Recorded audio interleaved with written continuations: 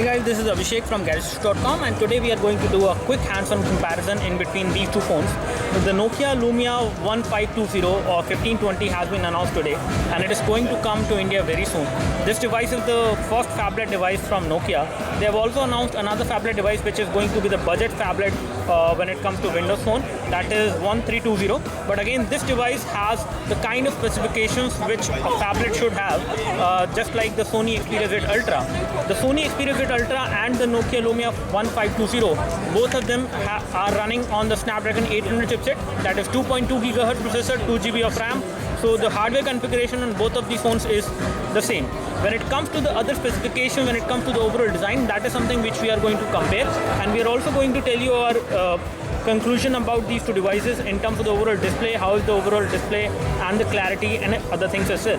Now if we first of all take a look over these two devices in terms of the size, the Sony Xperia Z Ultra has a bigger display, that is 6.4 inch, which is the highest as far as the tablets which we have seen till now.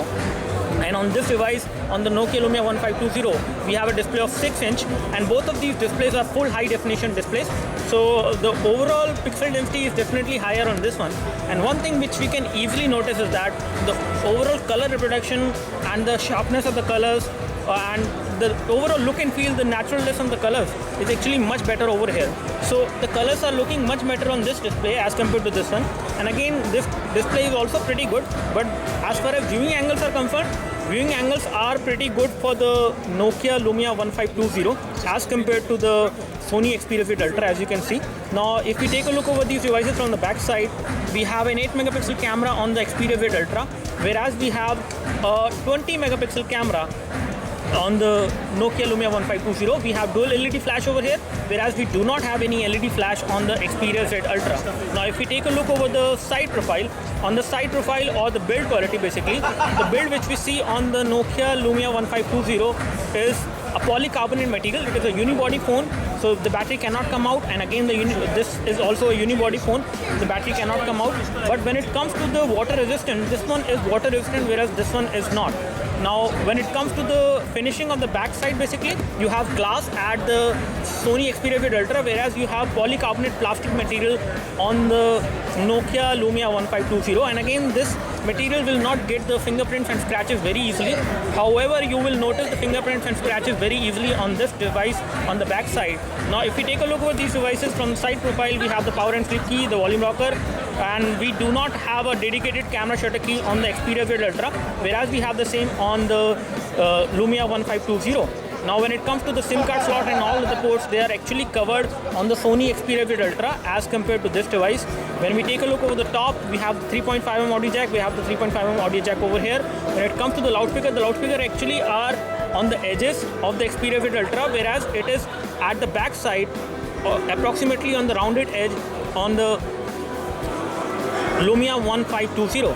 Now if we take a look over this side, we have the connection for the dock. We have a trays for the SIM card and the micro SD card, which can come out and accept these things once you eject these trays with the SIM ejection tool, which will come within the package. You have another port over here which can be used for data syncing and charging, the micro USB port, whereas the micro USB port is actually placed at the bottom. Now if we take a look over these two devices, both of these two devices are running on different platforms.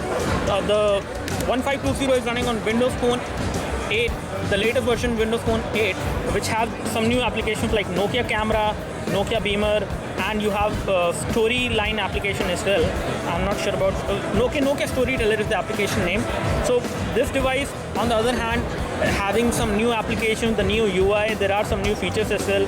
This device is running Android, and with a custom layer of Android UI, which is running on top of Android, basically on the Xperia Z Ultra. So if actually compare both of these devices in terms of the front side, the front side is looking much better on the Nokia Lumia 1520, and the front camera on both of these phones is 2 megapixel, capable of doing high definition video chat. That is something good.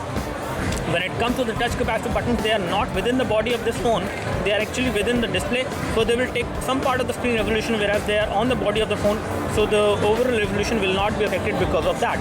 So this is the overall comparison which we can do as of now. As far as the build quality is concerned, the overall form factor is concerned. As far as the form factor is concerned, the Sony Xperia Z Ultra is very big device to hold in one hand. It is around 6.4 inch display, which is fairly big to hold in one hand. It is not at all portable, and you cannot actually use this device with one hand. And again, the one-handed usage of the Nokia Lumia 1520 is also kind of limited, but this one is slightly better to hold in one hand. With rounded edges over here, you can easily hold the device in one hand, and it can also go into your jeans pocket. Not very easily, but it can go, because Sony Xperia Z Ultra is again slightly higher in terms of the size as well as in terms of the display as compared to this device. That is something which we can notice. So that's all from us as far as the quick hands-on comparison of these two devices. We are coming up with a detailed review in between these two phones as far as the overall features are concerned and other things are concerned. Do let us know if you have any specific question for any of these two devices. We would love to help you. You can like this video if this video helped you by clicking the like button below. You can subscribe to our YouTube video channel for more videos like this by clicking the subscribe button below. Thanks for watching this video. This is Abhishek signing off. Thank you.